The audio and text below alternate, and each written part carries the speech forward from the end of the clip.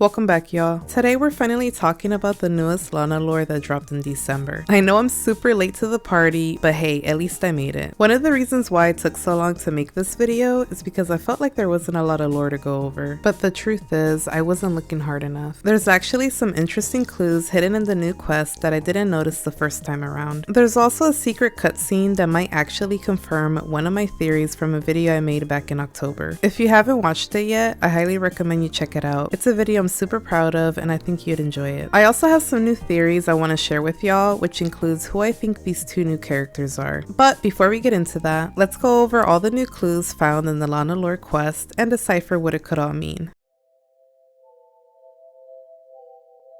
When entering the first quest, you see Holly freaking out about Santa being kidnapped by Agamemnon. Once the cutscene is over, you load in near a sign that tells you where to go on the trail. Two signs are pointing towards the obby and the workshop. However, there's a third sign that's pointing in the opposite direction with a question mark. If you choose to follow that trail, it leads you to an old looking cabin where Lana's journal is hidden. The journal contains 6 new entries that players can read through. I'm going to give a brief summary of each entry and talk about the most important parts, but in case you want to read the whole thing, I'll put them on the screen. The first entry is dated December 14th of 2010. Lana writes about how her family bought the old cabin so they could take a vacation like a normal family. Lana then says she has a butterfly collection that she feels a connection to. Now, I personally believe the affection Lana has for this butterfly collection has a deeper meaning. When researching the meaning butterflies have in Greek mythology, the goddess named Psyche pops up. Psyche is known as the goddess of the soul. She is normally depicted with butterfly wings. Psyche was originally a human woman who was born perfect and beautiful. She was worshipped because people thought she was an incarnation of the Roman goddess Venus. However, in Greek mythology, the story involves Aphrodite. Either way, in both stories, the goddess was incredibly jealous of Psyche and wanted to cause her harm. Now, this next part is very interesting considering the Valentine's Day update is around the corner. When doing research, I found out that Psyche had a baby with Cupid, the son of Venus, or in Greek mythology, Eros, the son of Aphrodite. Psyche was later made immortal by Zeus and she became the goddess of soul. Obviously, I'm giving a brief rundown of what exactly happened with Psyche, but I feel like this is pretty much the main things people need to know about her. Now, the reason why Psyche is said to be depicted with butterfly wings is because butterflies symbolize metamorphosis and transformation. So basically the journey and changes souls experience. Obviously, I have my theories on this, but we'll get more into that later. Entry number 2 is dated November 23rd, 2024, 14 years later from the first entry. Lana says that she needs to be alone for a while, and even though she feels freed, there are parts of her that are still missing. She then says, "While it's not my soul anymore, it's now my memories." On the next page, Lana blames herself for the pain she caused others. She also mentioned that she's having reoccurring dreams. Entry number 3 is dated November 30th of 2024. Lana wakes up in a panic and feels guilty, sad, and lost. She then talks about how Agamemnon took control of her and put her in a society that controls people, which I assume she's talking about Sedaid. On the next page, she talks about betraying people close to her and how she feels to blame for what happened to Lena. Basically, Lana let her thirst for vengeance take over and she didn't protect those who she cared about. Entry number 4 is dated December 2nd, 2024. Lana says she's been experiencing strange deja vu. Now that she regained her soul, there are fragments of memories that don't belong to her. She also reminisces about Christmas with Nurse Julie at the hospital. However, she feels anger towards her because she promised they would reunite after she got out of the hospital. But as we all know, Agamemnon turned Nurse Julie into a monster. Even so, Lana doesn't blame Nurse Julie and blames herself. Entry number 5 is dated December 4th of 2024. Lana's trying to relearn her sense of self and says she feels like she's been so many personas. Lana starts to wonder if she needed Agamemnon to matter, similar to how Lena felt. She talks about the reoccurring dream and how she's trying to piece everything together, but something's missing. The last entry is dated December 7th of 2024. Lana describes having a dream where she feels the sun's warmth and the saltiness of the ocean. She says that she thinks someone is trying to send her a message. Lana then says her spirit has shifted and needs to do some self-discovery in order to uncover the hidden truth within her psyche. I wonder if the use of that word was on purpose. Lana says she bought a folklore book from the bookstore in town and read about an ancient ice cave nearby. The book says there's a legend that the glacier waters possess magical properties which form the fountain of truth and enlightenment. Only the purest of souls can consume the water and survive. Lana is worried that since her soul was tainted by Agamemnon, she might not survive after drinking the water, but she needs to do it in order to uncover the truth. That's all the lore I was able to find in the first chapter. Moving on to chapter 2, we meet Rudy the reindeer, who takes us to the ice caves where Agamemnon is hiding. When riding the first sled, you're taken to the fountain Lana mentioned in her journal entry. The location looks like a temple that got buried underground over centuries ago. Now if you look at the fountain, you can see a deer made of ice in the middle standing on its hind legs. Nearby, you can see a throne and another ice deer. And that's all the lore I found for the second quest. In the last chapter, you come face to face with Agamemnon. During the cutscene, you can see an ice statue behind him. While fighting, you're able to see multiple ice statues of a woman posing. After you finish both phases of the boss fight, a cutscene is given where all the elves are dancing and celebrating. In the background, you can hear a song that says, "He wanted the magic since he's weakened, but we can't let him reach full power tonight." And at the end of the song it says, "The magic we have will send the evil away." So basically, Agamemnon kidnapped Santa so he could gain strength and start his evil plans again. And the song kind of hints that we have some kind of magical power or blessing that we can use to fight Agamemnon. Now during the whole song and dance, the camera keeps panning over to a white owl outside in the snow. Like I mentioned in my previous Lana lore video, owls are associated with the goddess Athena. So I think my theory that Athena is helping and watching over us is true. She's probably the one who's giving us the strength and the quote-unquote magic to take Agamemnon down. And I still believe she's the one who placed the scythe for us when we were fighting Lana in the Halloween update. Also, the shield given to players after completing the Halloween quest looks super similar to Athena's. I don't know, maybe I'm reaching, but I personally believe Athena is in the lore. Now that we're done analyzing the 3 Christmas quests, let's talk about the secret cutscene.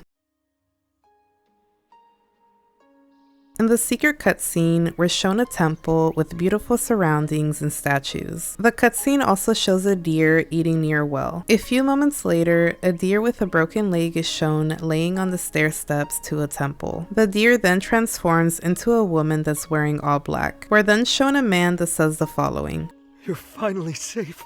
For now. I wish you safe passage to your final destination. They won't find you there."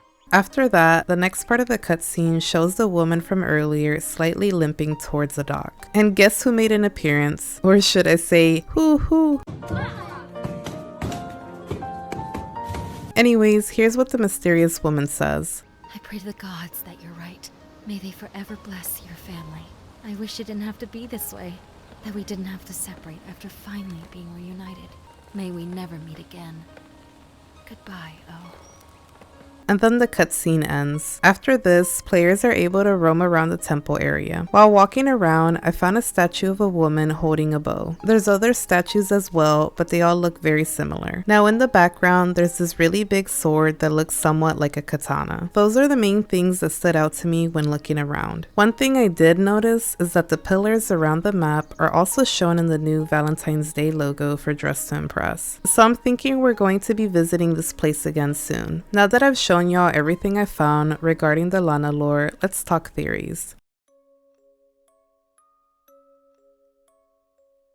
So one theory I said in the past is that Agamemnon's daughter, Iphigenia, is involved in the lore. Just a quick backstory, Agamemnon had to sacrifice his daughter to Artemis after he eliminated one of her deers while he was on his way to fight the Trojans with his army. His wife Clytemnestra later eliminated him with her lover in order to avenge Iphigenia. Agamemnon's son, Orestes, later found out that his mother was the one who ended his father's life, and in a fit of rage, he eliminated both his mother brother and her lover. He was then put on trial for what he did. However, Athena acquitted him from his crimes. Now there's a version of the story that says Iphigenia was actually saved last minute by Artemis and replaced with a deer, and then Artemis made Iphigenia one of her priestess. There's a lot of different ways the outcome of this story goes, but it's very possible Agamemnon is not aware that his daughter was saved, so he still believes he sacrificed her to Artemis. It's possible that Iphigenia is the mystery woman and O is her brother, which would make sense since they're both related to Agamemnon. Also, I think this cutscene is showing one of the memories Lana had after drinking the water of enlightenment. It's possible that she has memories and pieces of Iphigenia's soul within her. Now, I'm not sure if Lana is a reincarnation of Iphigenia, or if Lana gained pieces of her soul and memories after she ate the apple Agamemnon gave her. I have another theory as to who Lana might be, but I'll leave that for the next section. Anyways, the one thing I believe the most is that this temple area is the same one we saw in the ice caves. More specifically, I believe this is a temple of Artemis. That would explain why there's a statue of a woman holding a bow, since Artemis is the goddess of hunting and wild animals. There's also a lot of deer references throughout the chapter, so that adds to the theory. And if you look at depictions of the temple online, they look pretty similar. Now, I did have a theory that maybe the mystery woman was actually Artemis, since she's able to transform into animals. At least that's what I read while researching, but there's not enough evidence to back that up. However, I do believe Artemis is still involved in the story, especially if the mystery woman and O are the children of Agamemnon. The hardest part of the theory is figuring out the timeline. It's possible that the cutscene is showing Iphigenia appear at the footsteps of the temple of Artemis because she had just been saved. So maybe instead of the deer transforming into a woman, this is actually showing Artemis saving Iphigenia and using the deer as a replacement. However, the dialogue between O and Iphigenia doesn't help that theory. O says, "You're finally safe for now. I wish you safe passage to your final destination. They won't find you there." But who is they? And then the mystery woman seems happy to have been able to reunite with O, but now she has to leave. And then she says, "May we never meet again." I still believe this event happened centuries ago, but knowing what the woman was escaping from is still unclear. Part of me believes that maybe Iphigenia was being hunted as a deer and then was rescued by O, which would explain why the deer and the woman seem to have a harmed leg. While researching, I read that not only can Artemis turn herself into animals, but she can also turn others. I also have a theory that maybe Iphigenia saw something she wasn't supposed to while she was in her deer form, hence why people might have been chasing her. But with the little information we have as of right now, I can't say for certain what she might have saw. Okay, I know I've been yapping for a while, but trust me y'all, this next theory is pretty interesting. Well, to me at least.